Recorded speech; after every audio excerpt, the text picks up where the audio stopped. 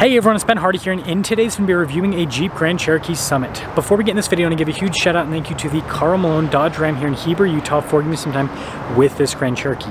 I'm going to include a link to their website in the description down below so you can check out what they have currently. And then on a side note, if you're going to save time and money the next time you purchase a car, link to my car buying guide in the description down below. Let's get into it.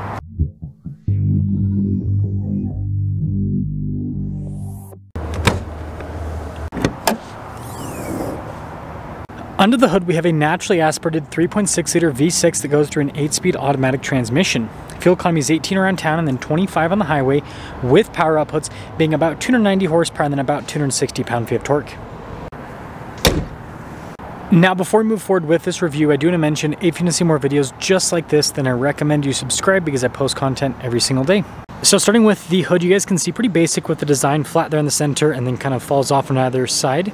And that more basic boxy design continues onto the headlights, and I love the brush trim here with the grille. You can see it's all blacked out here at the bottom. We do have parking sensors there at the bottom as well as fog lights.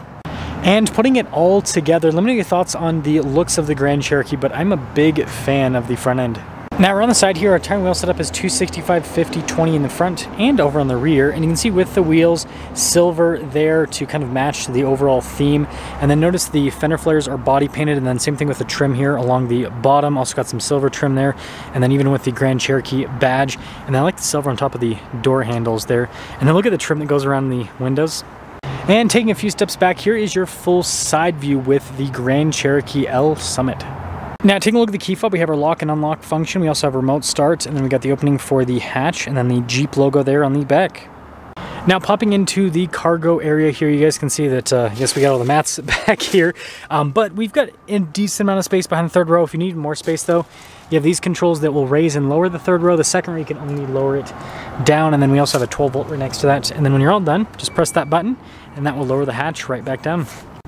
Really cool taillight design, and then you guys can see the parking sensors here at the bottom, and then of course our badges as well. And putting it all together, let me know what you guys think about the looks here with the Summit.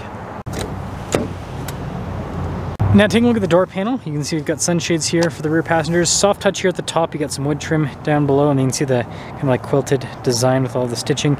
And then here's our window control, it is automatic, and then we got the Macintosh sound system. Pretty fancy looking seats here, perforated all down the center portion. Again, you got more of that quilted design. Legroom here in the second row is really good. We've got a little storage pocket. We have our own climate zone here in the back. We also have heated seats. And you got some USB ports down below with a power outlet. Some cup holders here, and then we got some storage up top, which is nice. And even lift it up for more storage inside, so pretty cool setup. Nice stitching and everything.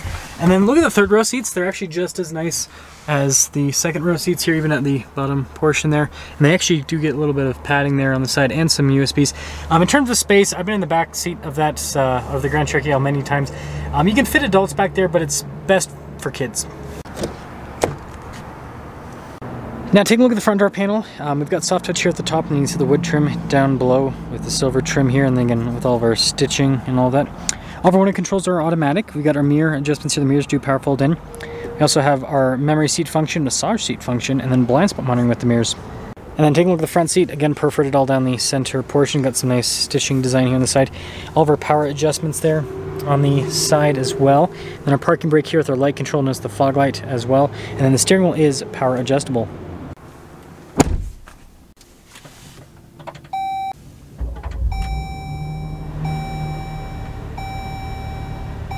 Now taking a look at the steering wheel, really nice soft touch trim all around. We've got some wood trim here at the bottom. You can see the stitching there as well. We've got adaptive cruise control with steering assist, where you just have to hold your hand on the steering wheel. Paddle shifters and radio controls on the back, and then some controls for the center stack. And then you can see the regular stocks here on the back as well. And then we do have this full digital gauge cluster here in the center on top of that, and night vision too, which is really interesting. But yeah, I think it looks good, shows you different bits of vehicle information. And while we're on techie stuff, we do have a heads-up display that, I don't know if it's going to pop up on camera. There you go, you can kind of see it. In reverse, we do have a backup camera with trajectory lines that turn with the steering wheel. Notice the bird's eye view as well. But yeah, you can see it at a bunch of different angles here with this, which is great, good resolution overall. As for the rest of the infotainment system, I actually really like this unit. Does take a second for some of the pages to load up, but overall responds pretty well. And then you notice we've got the dual zone climate controls, heated and ventilated seats as well. And then at the top, you can see we've got this for the auto stop start, lane departure, stability control, hazard lights, parking sensors, parking assist, and then that's to turn on the passenger screen, which is just right there on the dash. And speaking of dash, we've got nice soft touch trim here at the top, and then again with the passenger screen, if we look just down below, we've got nice wood trim, kind of hard to see. I guess while we're in this area, I'll open up the glove box. Very nice. Analog controls here for the radio, climate controls, heated seats, cooled seats, all of that. And then our little charging area down below, got some nice trim here on the top of that. Drive mode select here. We've got some off-road modes as well as on-road modes. Got our four-wheel drive low select 2-speed transfer case, which is cool. Transmission select, air suspension adjustment, hill descent control, and then we got some cup holders here with the nice blacked out trim. And then look at the soft touch here in the center console. I think that's pretty snazzy. And then up top we do have a camera, rear view mirror, and we have controls here for the panoramic center. Now taking a look at the window sticker, you guys can see 2024 Grand Cherokee L Summit. Base MSRP $66,460. We do have some options. Total MSRP $75,795. Let's see how it drives.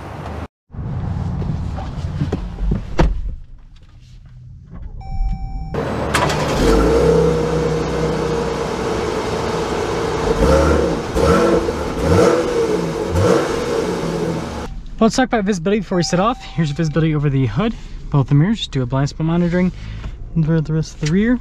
And let us set off in the Grand Cherokee L. So, first off, these seats are actually really comfy. I guess we'll get a massage while we're at it. Yeah, I do like the seats. And I do like this interior color too. I think it's a pretty sharp looking color. I'm not sure about how easy it would be to keep this clean, but I do like the looks of it. Now, aside from that, it'll be interesting to see how this V6 performs. We're at like, I think we're at 5,000 feet here in Heber. So not the highest elevation, but you know, still higher up there. Good torque right off the bat. So that's a big plus. Night vision's so weird. So weird, but I like it.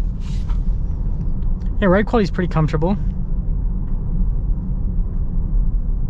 So I think that's another plus. And yeah, it rides well.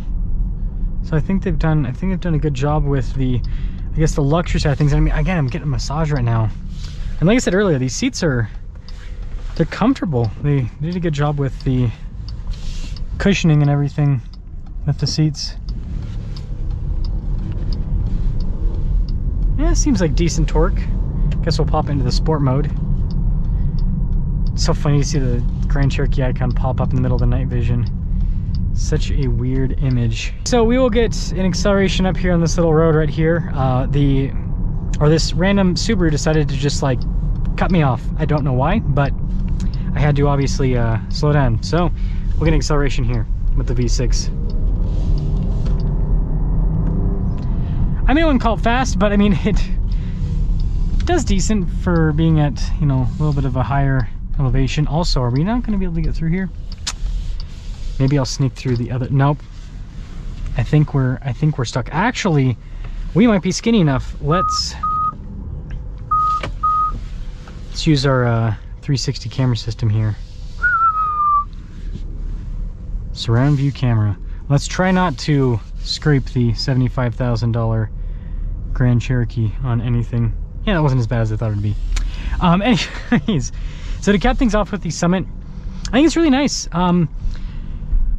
What I will say though is, I understand what Jeep's trying to like, basically, this is supposed to be, it looks like a more affordable Range Rover. That's kind of what Jeep's been going for. I do think there are some things they could do to make this feel more like that. So like right here, plastic, this needs to be like nicer material or soft touch or something. And I understand you can get the Summit Reserve with like more soft touch down below and everything, but I'm just saying, like, we have, like, my wife and I have a Defender, and You know, although we have some complaints on the build quality with that, I'll be honest about that. The touch points, all the touch points in the car are really nice. Even stuff that you don't think about touching still is nice. So I think that's where Jeep could, you know, up things a little bit if they really want to go for that Range Rover type thing that they're going for with this. But anyways, let me know what you guys think about the Summit here, and let me know if you think that this does, you know, do the thing where it's in a more affordable Range Rover, basically.